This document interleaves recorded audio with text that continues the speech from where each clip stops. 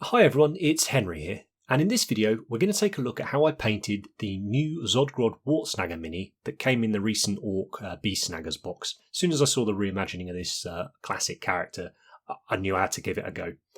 Growing up, my best mate Jimmy had an Orc army. We used to play 2nd edition 40k, and I always really admired him because he painted every model he had, and he only collected Orcs.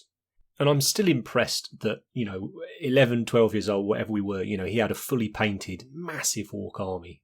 And he's recently had his first kid. So this mini's for you, mate.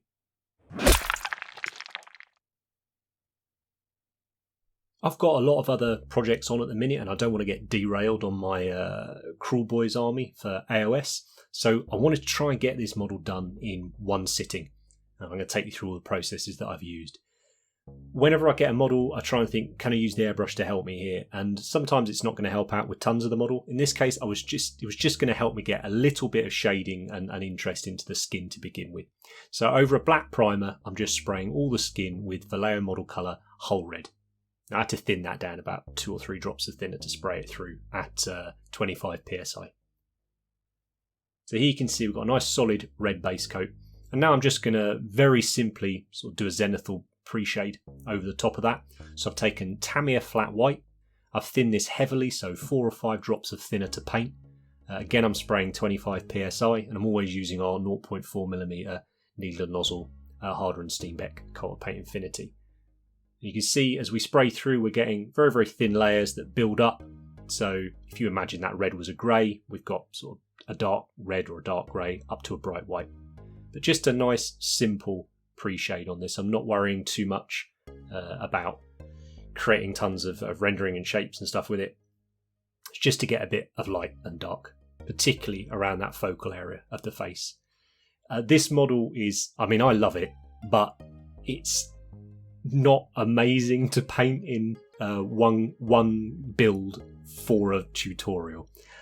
So bear with me on this. It's really clever how it goes together, but I don't really know how you're going to do it in sub-assemblies. So I've done my best to make sure you can see what I'm getting up to.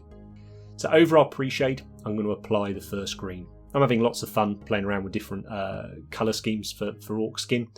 This one I'm using Games Workshop Castellan Green. I wanted to have a little bit of a nod to the old 2nd edition style, so I wanted to use similar colours to that original Zodgrod, but I quite like painting things that are a little bit more muted. So I wanted a green that, while still quite bright, was a little more sort of desaturated, I guess. So you can see here I've thinned it about 2 or 3 drops of thinner to paint, so that when I apply it over that pre-shade, we can still see some of the red in the shadows, but we've got a nice sort of light green on the highlights. And that's it for the airbrush. Now I'm switching to my brush, and I'm using a lighter green. This is Games Workshop Elysian Green. I've thinned this quite heavily on my palette. Certainly not a wash consistency, but it's a fairly thick paint anyway. And I'm going to start to build up my highlights. There's not a huge amount of skin on this model. And as I say, I want to get him done in one hobby sitting, basically, so I'm not going to go crazy. But the face in particular is such a focal point on this mini. Just want to get plenty of character into there. And then his right arm's sort of quite exposed, so we can have a play around on there as well. So you see I'm leaving that Castellan Green in the shadows, in the recesses, and I'm also leaving it where the light wouldn't hit it. So the underside of the arm, the little creases, anywhere that's basically facing away from the light that's coming from above. And by keeping the paint nice and thin, we're able to build up these highlights. And we get a nice simple blend. It's not flawless by any means, but it gives us a nice effect.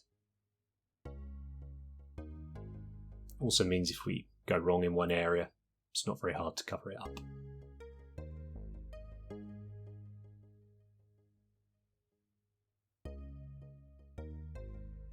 I'm going to go back and bring the shadows out a little more.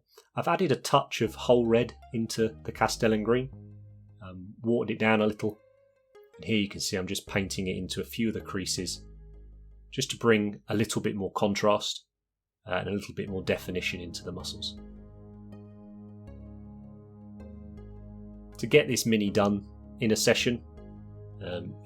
I guess I'm taking my normal army painting approaches to it really on the whole, which is generally going to be 2 or 3 stages at most for each area of the model, with certain ones taking a few more if there are focal points. So like the skin is getting a lot more attention than the rest of the model here. Then for a final highlight, I picked up that new Games Workshop Orruk Flesh. I also picked up the new brown, which we'll use later. I quite like the GW greens and browns, so I didn't mind picking these up. I thought I'd use this for the final highlight. And this is really, I'm just applying predominantly around the face and on that right hand, the most exposed bits. I've already decided the sort of angle that I would want to look at this model on the shelf. So I'm just really making sure that he looks his best from that angle. Now the mouth, again, the model goes together amazingly, and you've got this real 3D sort of depth to the different parts. It can be a little bit tricky to get into. So for the tongue and the inside of the mouth, I'm using scale 75 red leather. And then for his lips, I'm using a Vallejo colour. Panzer Aces is the range, and the colour is Shadow's Flesh. I've used a lot of different colours in this scheme. As I mentioned a minute ago, I wanted to have lots of colours on there, but they're all the same sort of vibrancy. They're all that bit muted. So hopefully, even though there's tons on there, it will still look like the kind of model I like to look at. So rather than that, bright, saturated pink colour for the lips and stuff, we've gone a little more subdued. And all I've done there is mix a little off-white into the Shadow's Flesh. I can't remember what it was. It was on my palette. It's maybe ice yellow. Doesn't matter. Just to lighten it up a bit, and then we'll just paint in some highlights on the nose and the lips. And I like on the lips to do the thing where you do little dashes so they look like sort of cracked lips.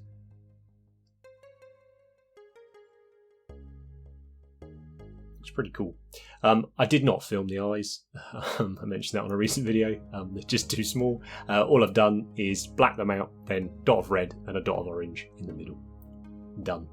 I've blacked out the teeth, and I will paint them later when I use the same paint to paint some other parts of the model.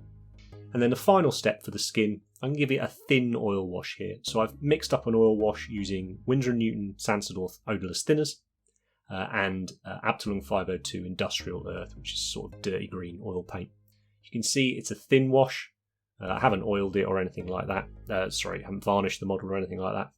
Just gives us a little filter over that green. It's much too fiddly on the Zodgrod model to show you how I've done the armour, so I'm just going to do it on one of the other Beastsnagga boys here. For the yellow armour, I'm base coating it using Vallejo model colour English uniform.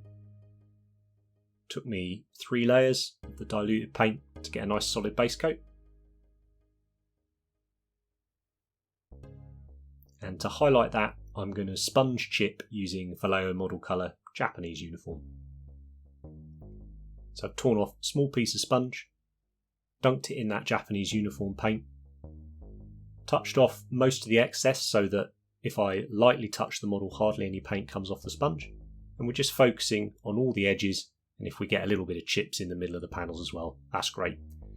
It just gives us a head start for this next step, where we go in with the same colour, so Japanese uniform again, and we do some chipping with the brushes. So this is kind of edge highlighting, but we're also just doing a ton of battle damage. So we're following the guideline that the sponge has given us, and we're adding in some extra, so creating larger areas of damage. And lots of little scratches. Then I'm going to take a dark brown colour. In this case I've used Panzer Aces Dark Rust. And I'm going to go over 50, maybe between 50 and probably 70% of the area that I painted with that lighter yellow. We're going to fill it in with this darker brown.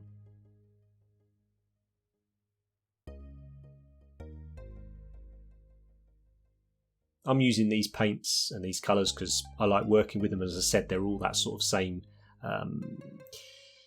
sort of knockback muted vibe to them. Use whatever paints you like. Hopefully I'm sort of making sense with explaining why I'm using them. And then for the red parts, so again I want to add another colour in. You've got to have some red on the orc somewhere. I'm going to use hull red. And we're going to do exactly the same process. This time I'm using light rust, so a sort of orangey colour, to sponge chip that with.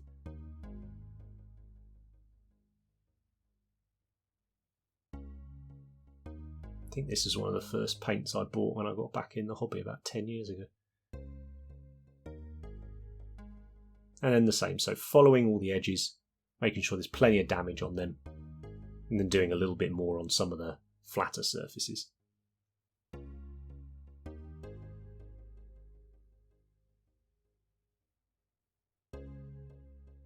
All of these paints that I've been using so far are fairly thick, so I do thin them down on my wet palette with a little bit of water.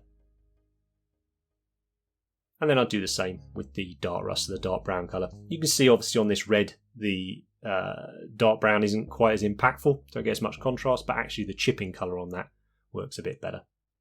Now for his trousers and his satchel here for, I don't know, keeping his jam sandwiches in or whatever, I wanted to do just a simple brown leather if I'm going to be using lots of colours on the rest of the model. Let's keep other bits quite simple.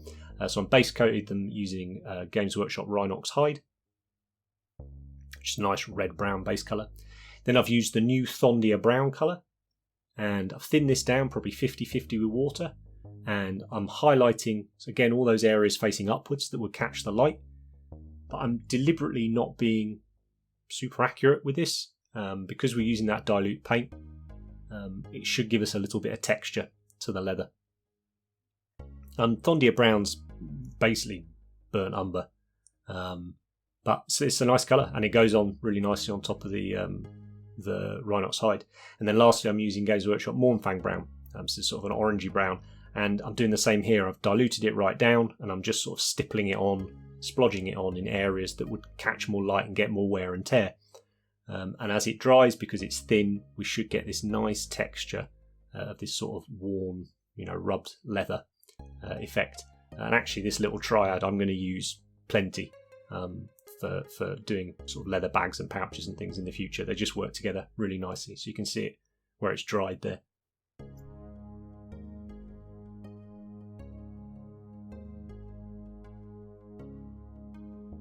We'll just have a quick look around the model. I'm using the new miniatures holder in this video. I've not used it before, so pardon me if it's a bit wobbly sometimes.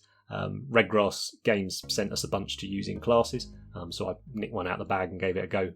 Really enjoyed using it, so I might chat about that in the future.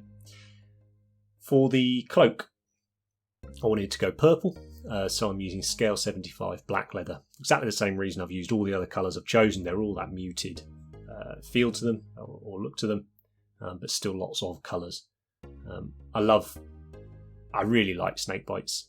I think they're a really interesting orc clan.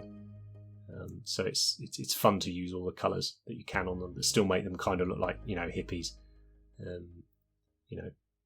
And to add a little bit more interest into this, I've gone back to the red leather that we used earlier and watered it down just like I did with the leather bag. I'm just sort of splodging it over the purple. Again, just to give us a little bit of variation. The beast hides that are on all these new orc models, they've tons of different ones and there's loads of texture on them.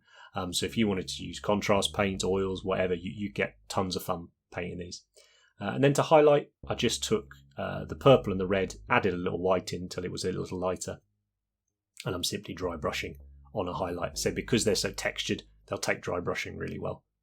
I just use my thumb to mask his arm there in case we got any on there.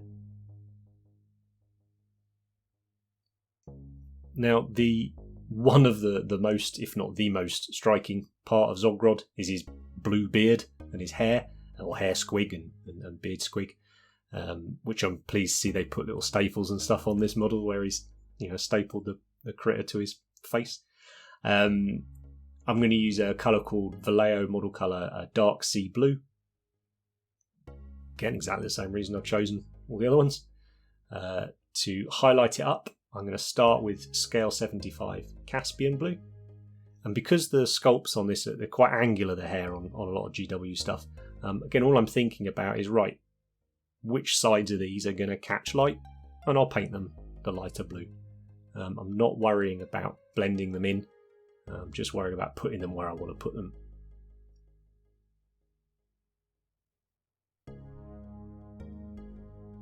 And then the final highlight is scale 75, bearing blue. So again, just tightening those highlights up, so covering a smaller area. And if I need to go back and clean any of it up with the dark sea blue, just to create a bit of definition, then I will do that. It's a nice quick way to paint the hair. It's very easy to paint this model, even though it's, as I said, it's quite tricky to get to bits sometimes. Actually painting the different parts of it, it's lovely. Like, it's really, really, really fun. I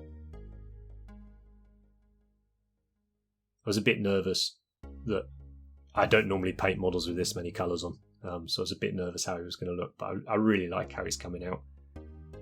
Because we've used quite a few different brands of paint, we've got a very different level of finish across the model at the moment, which can look a bit odd. So I've taken Ultra Matte Varnish, Ammo by MIG, and I'm just airbrushing one or two very thin coats on here. I haven't thinned it at all, it's just a very thin varnish. So a couple of coats on the model. This isn't a gaming piece, it's only jobs to sit on the shelf and make you smile. So I don't need to worry about it being super robust anyway. But that's, 30 seconds after I put the hairdryer on it, and you can see the difference that varnish has made now. We can see the highlights a lot better. He's looking pretty fun. He's a fun model. And then lastly, we just need to do the metallics. So I base coat all the silver parts using Vallejo Metal Colour Series Steel, but whatever silver colour you like, just go for it. I think this brush quit on me halfway through here, which is really annoying. Straight in the bin. I've tried to save it a few times, but for whatever reason it's not having it, that brush, which is a shame. And for the copper parts, I'm using Metal Colour Series Copper. These paints are designed for airbrushing with, but they do brush on nicely. I would just recommend you use them in a plastic palette, not a wet palette, because they do separate out quite quickly.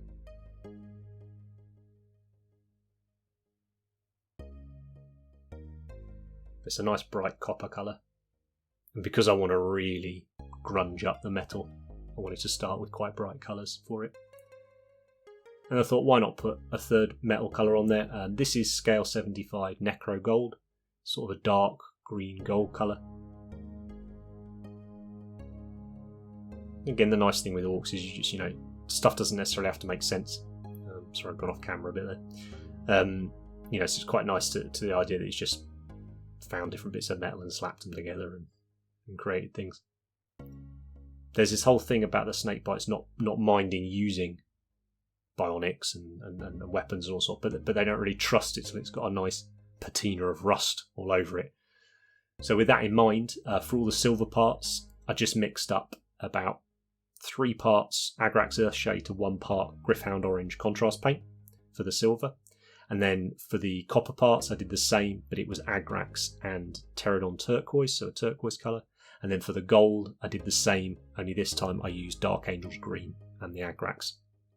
So an orange brown, a turquoise brown, and a green brown to put over those metals. And it's just to dull them right down, so you can see there on the pistol, sort of what I'm talking about. Then once that's dry, I've taken another oil wash. Here I'm using Burnt Umber. So again, I've just thinned it down with odorless spirits and just slopping it over all the metal.